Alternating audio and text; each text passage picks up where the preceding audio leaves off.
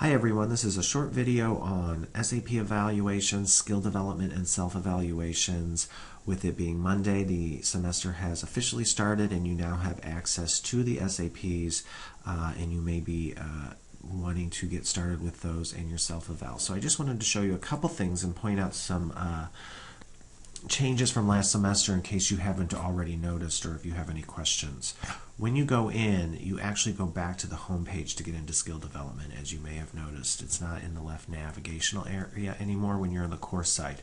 I actually like to right-click on the home link and then open it in a new tab, and that way you can go back and forth between the two. I just right-clicked on that and then opened in a new tab. And then once you get here, let's go down to Skill Development Resources. This is where your SAPs, your ev360 skill development, and even some other things that we won't talk about today, but like Infinity and the SID video classes are. Anything related to skill development. What I want to do is go into the SAPs. Here's where you do your practice ones. Once you get in here, it's formatted and the functionality is the same as it was in the older course site. And you can pick the SAPs that you want to practice on. Only the ones that are available below what you're currently working on are available for practice. Then when you go into Attempt, you do the same thing. Pick your category, the minutes that you're working on. I know you're all past 60 words a minute, but I'm going to use this one as an example. Attempt it. And then, of course, you wait for this to load, and you play it. This is a... Now, when you go in to submit it, there is one thing that you definitely need to know. So what you'll do is go back to the Skill Development Resources.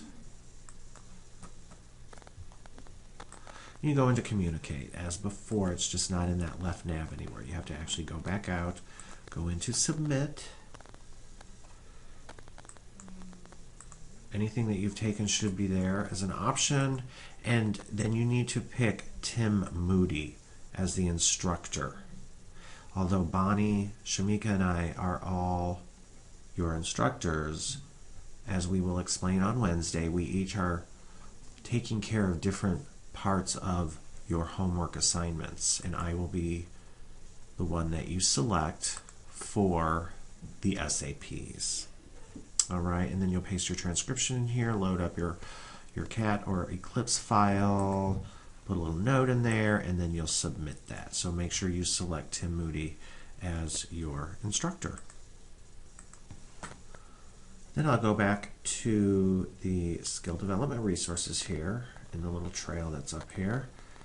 And everything is pretty much formatted the same. It just looks a little different to get to. When you come out to skill development, you have your three categories here. And so here I'll go into jury charge. And let's say I'm working at 120 words per minute. It's the same thing. And I always recommend you start, if you haven't already in the past, you keep track of these and go in order. But it's up to you how you're organizing your skill development practice routine. Pick a plan. I really like that something for everything. A lot of people like accurate notes or control if it's too fast because you can warm up to the piece. And then there's some that are more aggressive, but whatever works for you. You apply that. A lot of people like this text practice. I'm not sure if you're aware, but when you go in to do the text practice, when you click on this little settings thing here, you can chunk the words. We'll put 10, for example, and it comes out 10 words at a time, and it pauses according to how many words are up there to stay within the words per minute time frame. As you can see, like it's going to switch out faster. If we went down to 5, it's going to move faster because it's only showing 5 at a time, but it stays at 120 words, 110 words per minute if that's what you have selected. I think it goes up to 25 or even more, but it's really nice. Then you do your audio. I always recommend that you follow it in sections. I sometimes like to start with the 5-minute long take and do that cold to learn how to do cold 5-minute takes when you start your practice routine. It helps with SAPs too. And then go through and break it up minute by minute. always do that read back. That is very important because Section 1, read you back. learn to read back and identify the types of things that are maybe misstrokes or where you had drops, and you learn how to decipher messy notes. You start to see patterns. It really does help in the long run with your transcription, and it actually helps you build speed. And then, of course, when you're done going through all of those, I always recommend you do at least the 5-minute again, but you might do the 1, the 2, the 3, the 4, and the 5. Those are really, really good practice. And then, of course, this is where you go, same as always, for your self-eval, depending on which one you're doing. You do it, you take the take of the material that you worked on in the audio or text skill development, get your transcription in there, and then you evaluate it. And then you're going to generate that worksheet with the save worksheet thing here. Mark in your solutions. You have to identify the types of errors you had, mark your solutions, and then, that's why I have 2 tabs here, you can quickly go back to it because it's already there in a set for that first tab, and you submit your self-eval worksheet within the course site, okay? With the SAP one, you'll see that here, that's just information. You're not submitting anything into this SAP thing. It's just telling you that you are required to do a minimum of 1 per week. We will see and track that for you. It's not a gradebook item like the self-eval worksheet is, where you actually submit something. One last thing with the self-evals, many of you notice when you're in text or audio, you can always pull up that script. When you click that preview script, here you have it. So it's often good after you've worked on it or even beforehand that you do it from top to bottom as straight copy practice, because you can work through things, add things to your dictionary if you've learned how to do that yet, identify things that you want to brief. And so I like pulling up that script, and either before or after you've done your practice on the material, do it as straight copy.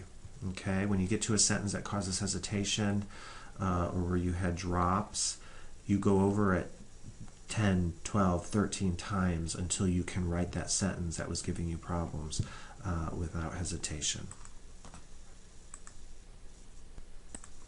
And then finally, now that it is Monday and we are anxious to all get started, just some options and maybe even suggestions for you to get started this first week and before we have our first class on Wednesday. Start going to live iClasses. They started this morning on Monday, and that schedule for the day classes is in the course documents. The evening classes start this evening. That schedule is in the course documents also. Start lesson 1 in your speed development book. You can start to review.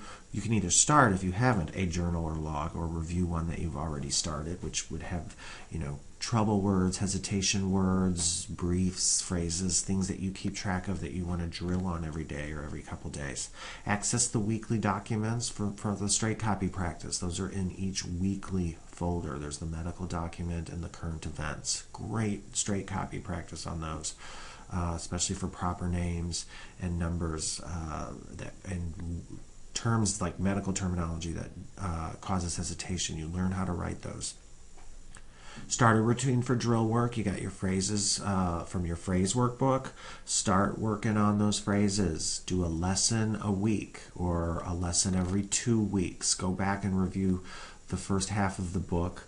And make sure you start the second half on your own so that you're constantly learning new phrases and working those into your writing. Go ahead and review briefs, hesitation words, numbers. Number drills are very important. Alphabet drills, especially acronyms. Go through a financial article or a sports page which has a lot of numbers and of scores and or dollars or stock amounts, and do those as straight copy practice. Great practice for acronyms where you have the stock tickers as well as numbers. There's the SID videos drills, which is in that skill development section that we were just in.